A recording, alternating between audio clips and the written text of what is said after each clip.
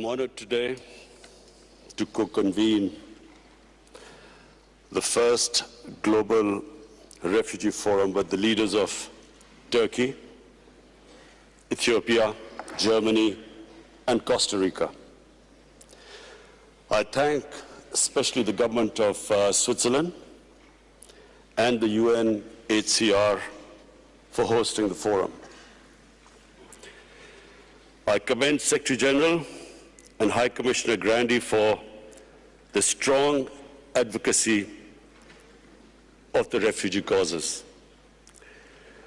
But I want to especially pay a tribute to President Erdogan of Turkey and the people of Turkey for hosting the largest refugee population. Excellencies, ladies and gentlemen, I want to speak about Pakistan. Pakistan was born out of the biggest refugee problem in the history of mankind. And we were inspired by the Prophet Muhammad sallallahu alaihi wasallam, who was a refugee.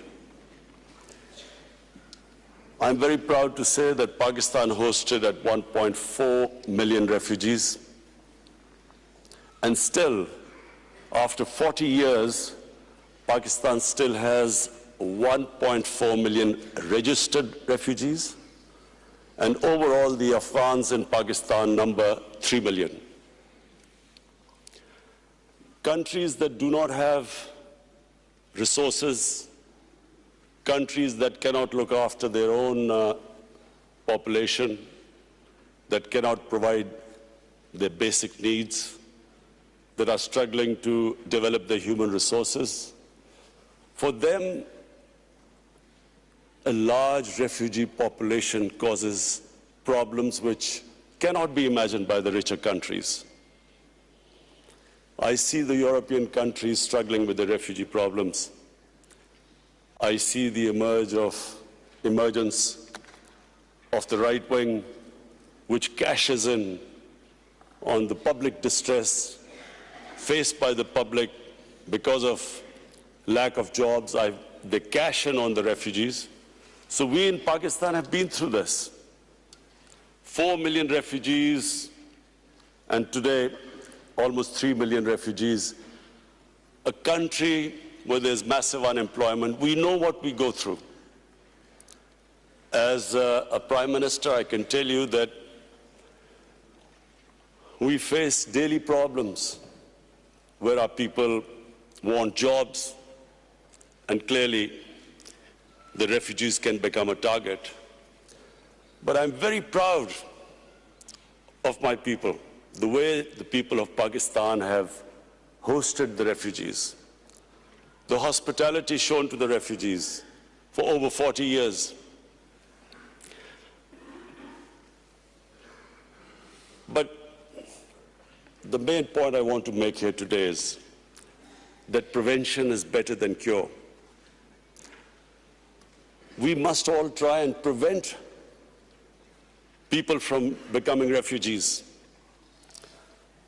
Pakistan is, and again I'm proud to say, we are trying our best now in the peace process in Afghanistan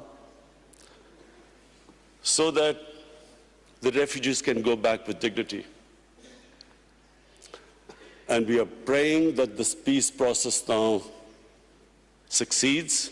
There's a political settlement in Afghanistan so that the people of Afghanistan who've been suffering for 40 years of conflict, finally, they too can enjoy the dividends of peace. Mr. Secretary General and High Commissioner, one of the things I especially wanted to come here and point out, and I do want to tell the whole world that they should be aware of one of the biggest impending refugee crises about to take place. In India, on the 5th of August this year,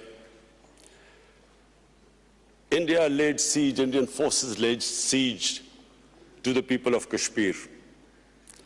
Since 5th of August, 8 million Kashmiris have been literally shut inside. Their rights have been taken, people have been imprisoned, the leaders are in jail, all communication has been cut off. But the most important thing which the world needs to understand is that the professed aim is to change the demography of Kashmir from a Muslim majority to a Muslim minority. Now, if this is what the professed aim is, we are likely to have another refugee crisis. A refugee crisis that would dwarf other crises. In the United Nations General Assembly, I tried to appeal to the world community that they must take notice of this. What is going to happen? The people are under siege in Kashmir. Whenever the curfew is lifted, there are 900,000 Indian troops there. What is going to happen then? They're trying to change the demography by settling in Hindu population into Kashmir. What is going to happen then? So we know from our past experience, prevention is better than cure. If the world acts right now and puts pressure on the Indian government to stop this illegal activity, we could prevent this crisis. But we all know once a crisis starts, once there is a crisis, we all know that it's, as we know right now, as we know what is happening, as we know what is going on in Turkey with the refugees, we all know that it's very difficult, it's complicated. So many issues come in the way. So number one, I would like the world community to take notice of what is happening. We in Pakistan are not just worried that there will be a refugee crisis. We are worried that this could lead to a conflict between two nuclear-armed countries. And so the Secretary General of UN is sitting here. I'm looking forward to inviting you to Pakistan in February when we host the refugee conference there. But I would really appeal to the world community that this is the time to take notice. Secondly, there is another thing happening in India. In Assam, the government has passed a Citizen Registration Act. What does that mean? That means that every citizen has to prove their citizenship. This is what happened in Myanmar. Before the ethnic cleansing of Muslims started there, they were all supposed to first prove their citizenship. This is what is happening in Assam. Some 2 million people, mostly Muslims, are now required to prove that they actually are citizens of India. And according to one of the Indian ministers, the same act will, by 2024, will be all over India.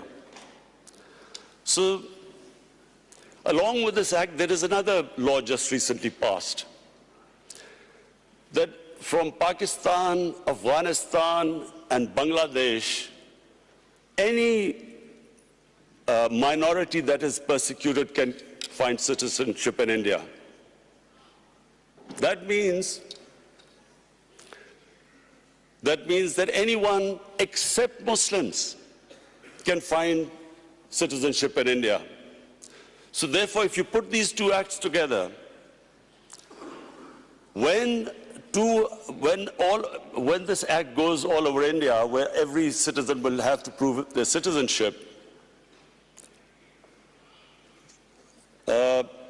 Secretary General, please understand the implications.